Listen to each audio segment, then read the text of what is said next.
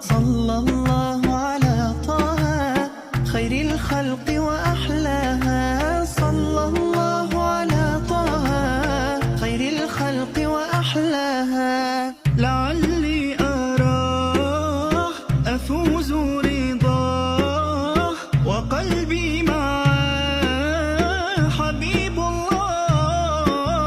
اللهم صل وسلم وبارك عليه صلاة تدوم وتصل إليه